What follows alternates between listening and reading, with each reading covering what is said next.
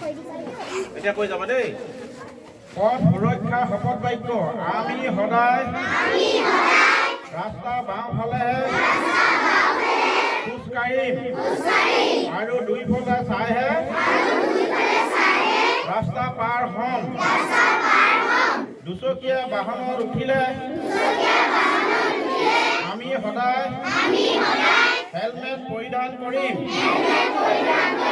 আমি সকলোৱে পথ সুৰক্ষা সকলো নিয়ম মানি চলিম আৰু অভিভাৱকসকলক সেই নিয়ম মানি চলিবলৈ বাধ্য কৰিম।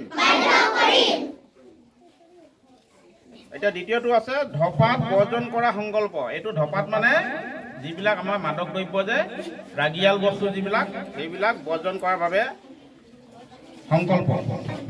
আমি সকলোৱে আজি সংকল্প গ্ৰহণ কৰিছো যে আমাৰ পৰিৱেশ ধপাতমুক্ত কৰি ৰাখিম